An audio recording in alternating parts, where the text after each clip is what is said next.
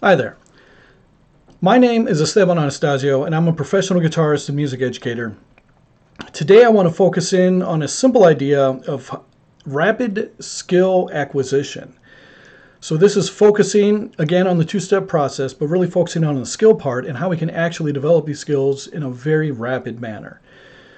And when we really focus in on what we need to do and then repeat that process consistently in a very methodical way, we actually very much reduce the amount of time that we need to spend learning how to do something on the instrument. And then we spend a much more time in the application of that, which is where the real progress actually happens. So this formula is simple. We start with form, we add the sequence, and then we multiply that by repetition.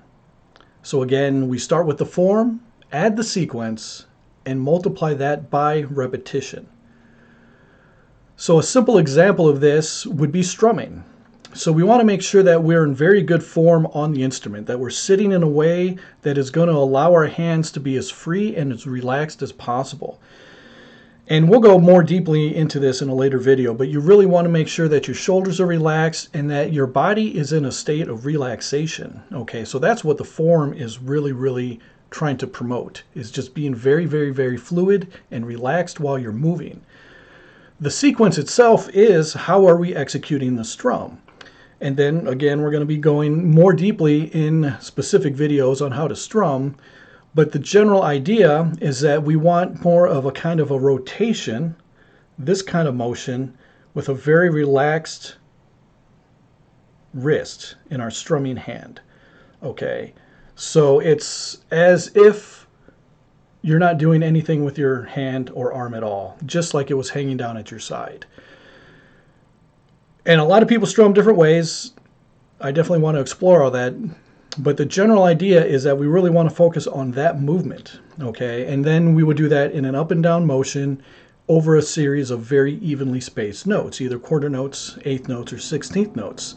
So we just go up, down, ta, ta, ta, ta, ta, ta, ta, ta, as evenly and as consistently as possible. And then we multiply that whole thing, the good form, along with the movement, times the repetition. So an easy way to do the repetition is to simply do that specific exercise at a specific speed with a metronome for 1 minute to start, okay? But you want to make sure that you have good form, you have good movement, and then you multiply that by the repetition.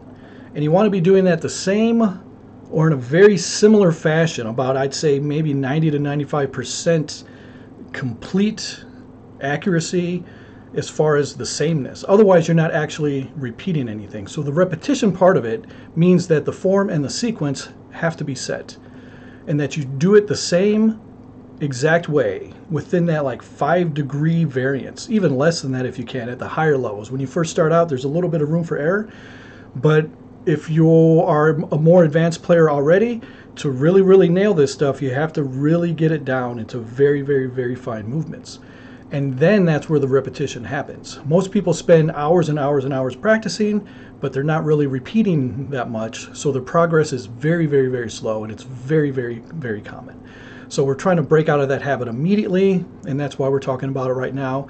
We will definitely dive deeper into this in a later video. So thanks for watching. I'll see you in the next one.